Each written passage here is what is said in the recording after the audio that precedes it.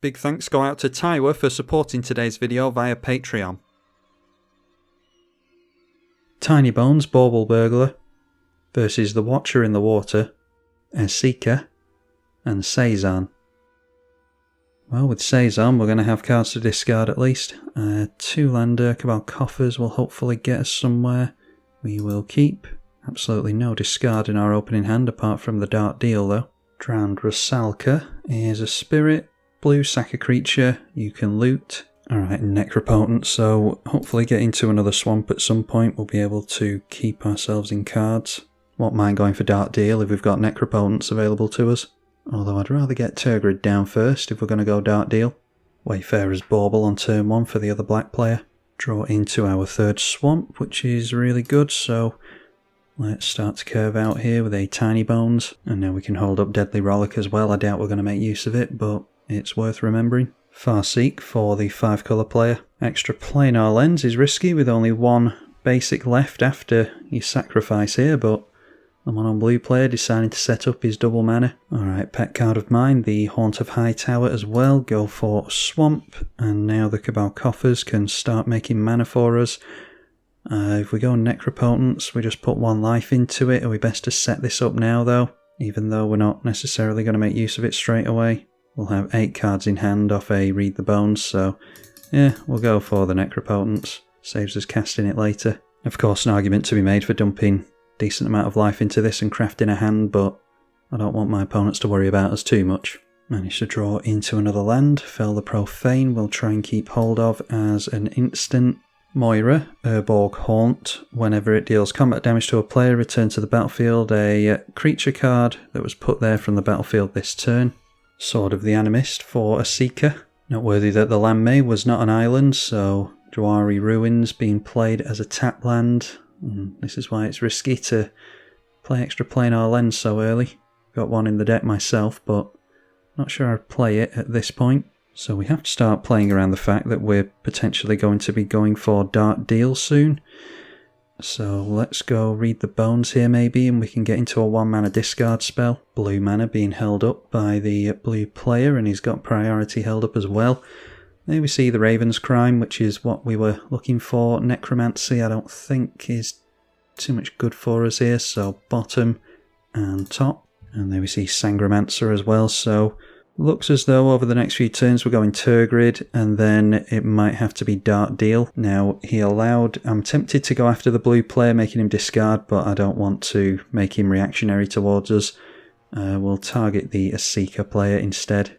And we can play this from the graveyard by paying for it and discarding a land. So, seeing the first spell, or the first card being discarded into our commander, Gisela. We're a few turns away from that, but you never know, these things might be relevant. So we've definitely got a land for next turn. I don't feel the need to put too much life into Necropotent still, so we'll just keep our hand full. And drawing into a Soul Ring, it's not a swamp, but we can at least make more mana with that next turn.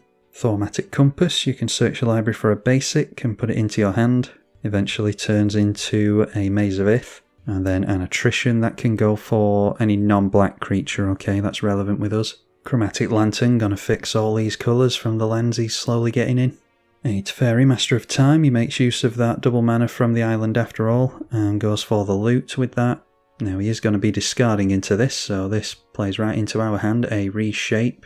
We do have to sacrifice an artifact into, and there's his island, so he was holding up 2 mana previously, or was it 3 mana? Either way I'm going to assume that he's got counter magic for something like this. Now we know we're not going to draw a card here, we can only get rid of a creature with this, yes, not a planeswalker. So we make 3 mana with the Cabal Coffers, then it is Soul Ring, blue player holding up priority but lets it in pretty quickly. So we'll play ourselves a Tergrid, and this is the one that can be activated every turn, so whatever he discards he's going to have to be careful now that he's allowed Tergrid into play.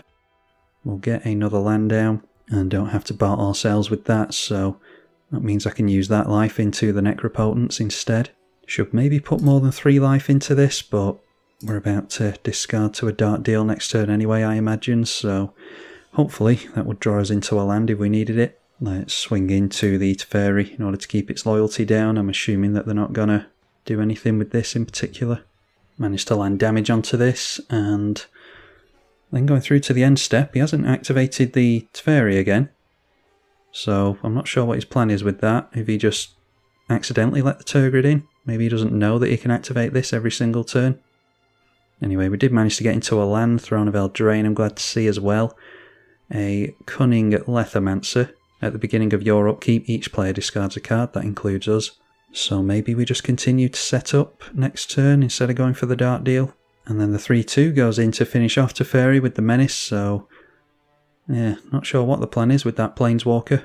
Thought we were going to get some use out of it. Tries to block the Menace creature, can't do that. So amazingly, down goes the Teferi, Master of Time. I mean, they could have blocked our commander and then phased this out, even if they didn't want to activate it every single turn, but anyway. The Prismatic Bridge comes into play, so it's a bridge deck as opposed to the Asika deck. Mystical Tutor for the blue player, and grabs himself a Pongify, so going after the Tergrid with that, you would assume. He's going to have to draw into it first. Nadir Kraken for the blue player, and then Pongify onto the Tergrid, so this triggers on discard and sacrifice, so Deadly Rollick doesn't necessarily help us. Question is, are we going to... Yeah, I don't think we should be reactionary here. There's no real need to be. The only thing is if we blow this up, are we going to encourage them to sacrifice this? We'll get this into play and the card they discard as well. Are we going Dark Deal next turn? Nah, we'll just leave it. We do have Animate Dead and Necromancy and stuff like that in the deck, so we might see Tergrid again. Made our opponent tutor a card and use it immediately for that play, but he's continuing to hold up 2 mana. Didn't notice over here actually, there's an Exquisite Blood. Swamp into play, makes the Cabal Coffers better. So we've got 4 mana plus 4 is 8 and 9. Takes us down to 4, then back up to 8, which can be Sangromancer and Dark Deal maybe. So we do use Deadly Rollick. Play the Throne of Eldraine first and see if it lands. It does land, so we've got the 8 mana. Do we want Sangromancer in play? Do we want to start going off with Haunt of Hightower? Wait another turn cycle? Yeah, I think we definitely go Sangromancer here. And then it'll have to be Deadly Rollick without the mana cost onto this, because I'm worried about them being able to have someone lose life into this combo. So let's go after that. The blue player, if he does have counter magic, he should be looking over here for that combo. Mana is being held up over here, so might as well go for the attrition, I suppose, onto the Nadir Kraken. Maybe be worried about counter magic in response to that though. So yeah, there's the Sangromancer, and goes after our Ape token instead. So a creature an opponent controls has died, we do gain the 3 life, which is excellent with the Necropotence. I wasn't going to swing in with the Ape token anyway, so not worried about that. And now let's go for this Dark Deal after all. Alright, that does resolve, so Nadir Kraken can put 1 into that in order to make some tokens. Necropotence, a little bit of a numbo, we don't get to discard things into the graveyard to reanimate them. So those 2 creatures go down, we've drawn into a swamp. And we'll have to put 6 life into the Necropotence, which will be a lot easier thanks to our Sangromancer play. We are going to gain 3 life, 2, 4, 6, 8 times. And here we've seen Junji, Conspiracy, Herald of War. Sarah's Emissary, looks like it's 5 colour angels, which is cool. Safara, Righteous Valkyrie. Righteous Valkyrie would be good with our Sangromancer, potentially. A Murder of Crows, and a Spell Pierce. So could have countered the wheel that we've just gone for here, and we're actually going to be able to hold up that Spell Pierce, which is noteworthy. Already above our starting life total when we're halfway through the Sangromancer triggers, but we won't see Haunt of Hightower played here, unfortunately. Let's put 6 life into the Necropotence. That means that this player is going to gain life with the Exquisite Blood. And we'll have to leave it there, just hold up the Spell Pierce, counter a non-creature spell unless they pay 2. Well, drawing into a bunch of lands there. Bloodchief Ascension, going to be a good one. Swiftfoot Boots, we do have the combo with Professor Onyx. The Chain of Smog combo, I mean. I'm not sure I've ever got that off on the channel, but I have included it in here just in case. Got ourselves a Rankle as well for some discard. Cezanne, Perverter of Truth, 1 card in hand for our opponent, plays the commander straight away. And Thaumatic Compass is going to be transformed into the Maze of Ith. Cezanne triggering at the beginning of every player's turn, lose 2, draw 2, which gives our opponents something to play during their turn at least, makes them less likely to quit to us because players really don't like playing against mill and discard in my experience, and also if they've got cards in hand they've got cards to discard as well. Alright, a free Angel of Ruins likely goes after our Necropotence, probably should go after the Exquisite Blood, but it might go after the Throne of Eldraine as well. Okay, it says up to 2 artifacts and or enchantments when it enters. It's not a cast ability, so it didn't actually get rid of anything there, weirdly. I'm not sure what happened there. Fine to keep my stuff in play though. See if we make use of the Spell Pierce here. A Vanquisher's Banner. I think we're fine to keep in play. So this means that we've still got a decent board state to go for the Edict on the Professor Onyx. Can -3 on that, and each opponent sacrifices the greatest power they control. It's funny that we could play Conspiracy as well, naming Angel, and then start playing Angel tribal cards. I don't think that's relevant with this. No, it's just your creatures. Sacrificing this is draw and discard. We will gain life to the Sangromancer, 1 to the sacrifice of the token, and then another 3 life to the discard itself. And Tinybones will exile a Flare of Denial now. So if we can get a non-token blue creature into play over here, then we should be able to make use of that as well. Just counter a spell by sacrificing it. So it might be worth playing a blue creature if we can. Maybe the Murder of Crows. Just so happens we're seeing a lot of looting here, which works out really well for us. The blue player's got a bad matchup against us. Is going to draw more cards to Cezanne at least. And the Exquisite Blood continuing to do work with that commander going off. Nadir triggers twice, so can put a couple of mana into that if he wants to make tokens. Decides against it. Watcher in the Water comes down, so we should be able to blow that up straight away with our Planeswalker. Followed by a Mystic Remora. I'm going to allow my opponent to have probably something like targeted spot removal that we'd use that Spell Pierce on. But yeah, I think we can maybe kill 2 birds with 1 stone. Pun not intended. With the Murder of Crows, we could give it haste, swing in straight away with a couple of flyers in order to deal damage for a Bloodchief Ascension. We do draw 2 cards. There's Geth's Grimoire for drawing more cards. Toxic Deluge will trigger the Professor Onyx as well. Cabal Coffers taps for 5. We'll get the Professor in straight away. Mystic Remora triggers for a card draw. We're not going to put mana into that. So they have drawn during an opponent's turn there, making a Tentacle token. And then we'll -down on her straight away. See what our opponent does with his attrition. The reason I was looking at the bird before was, like I said, to kill 2 birds with 1 stone. If we give it haste, we can get through the Spires of Orazca here and hit at least 1 player to land damage with the Bloodchief Ascension. Anyway, attrition goes on to the commander, so he'll be forced to sacrifice the Nadir Kraken instead. And when creatures die as ever, Sangromancer continues to gain us life. Unfortunately, the blue player is stalling out here, so yeah, I'm not sure if he just doesn't realise that he has to pass priority here, or if he's gone AFK on us, rage quitting. And the worry is that it starts a chain reaction, that as soon as our opponents start to fall behind on us as we go off, that this player scoops and then another player scoops. I'm just praying that that doesn't happen here. This is my 3rd attempt with Tinybones. Alright, so this player times out as we assumed he was going to, so well, at least we didn't play his bird. This is the problem with this deck. We're relying on our opponents actually sticking it out, because once we steal their stuff with Tinybones, we're not necessarily going to keep it if they don't stick the game out, but managed to clear our opponent's boards at least. So we do have a backup plan. We'll go for the Rankle, and that way we can go wide on the Spires of Orazca. I suppose we could put Swiftfoot Boots on something as well, because this does target, so that would switch it off also. We'll just take the flyers in over here. They use the Spires as they should. That does have to deal damage in order to trigger, so maybe that's something to put Swiftfoot Boots on at some point. But we managed to land a little bit of damage. Yeah, there should be a decent amount of time left in the game, because we've still got 5 Colour Angels to contend with, who's still at a decent life total. And is still going to get free spells, could reanimate some decent stuff as well. Definitely get the Bloodchief Ascension into play, or get its first counter at the end of this turn. And then we could go Swiftfoot Boots here, I suppose. Maybe that would be decent. Or maybe Righteous Valkyrie for another flyer. Just start making use of our opponent's stuff, because that is what the deck is built around. So we'll go for that.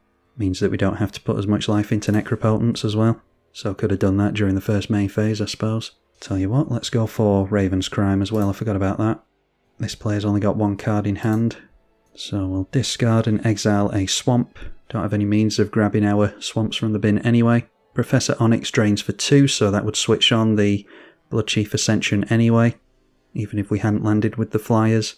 And now they just discard a swamp, so that's something for us to steal at some point potentially. And we'll put 3 into the Necropotence, and finally pass the turn here. See if we regret the Swiftfoot Boots not being equipped. But we've put the black player in top deck mode at least. He'll probably just get down his Saison again next turn.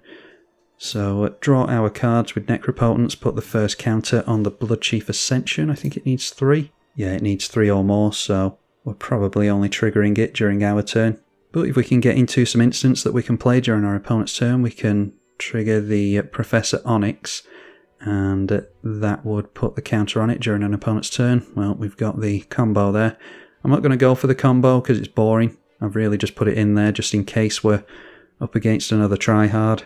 And we can pull the rug out from under them with something like that, but I think our opponents are playing fair magic here, so we'll do the same. But for anyone who doesn't know, you can play Chain of Smog with the Professor Onyx in play, targeting yourself, and constantly make copies of it. You'll discard your entire hand, but you'll make infinite copies with this, which is infinite. Drain for 2 on all your opponents. But like I said, we're not aiming for that. Tarian's Journal is sacrifice another artifact or creature to draw. Or you can discard your 0 hand and transform it. You may cast a creature spell from your graveyard. If you do, it enters with a finality counter as a vampire. So they've only got 1 to choose from at the moment. Yeah, surprised they didn't get down their commander again there, really. But I suppose they're not assuming that they're going to keep hold of it. Prismatic Bridge triggering again against a couple of mono black players. It's not too likely that we're going to deal with this thing. And gets himself a Resplendent Angel, so we'll see how much life he can gain this turn for that. Archangel of Thune into play.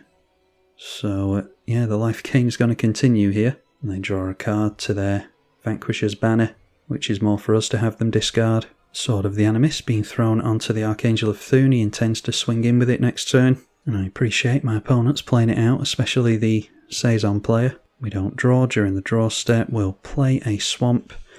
And Professor Onyx tick up. Maybe should have held off on the playing of the swamp. We might see an Urborg here, although we don't necessarily need it. Okay, 2 lands and a Bottomless Pit. I think it's easy to put Bottomless Pit into our hand. And this one is at the beginning of each player's upkeep. They discard a card at random. So if we want to be tactical about the cards we're keeping in hand, then we don't necessarily want to play that, to be honest. So let's go Cabal Coffers. I think I'm going to play Gisela this turn, so yeah, I definitely want Swiftfoot Boots onto the Rankle, I think. Because I'll have each opponent sacrifice and discard, maybe. If we're not playing that many black spells, we don't necessarily need to get down the Jet Medallion here. Let's go for the Gisela. Gain life equal to the toughness thanks to the Righteous Valkyrie. We've got Junji here as well. We could use the Throne of Eldraine mana on. Plenty of flyers, so the Sephara might be of some relevance.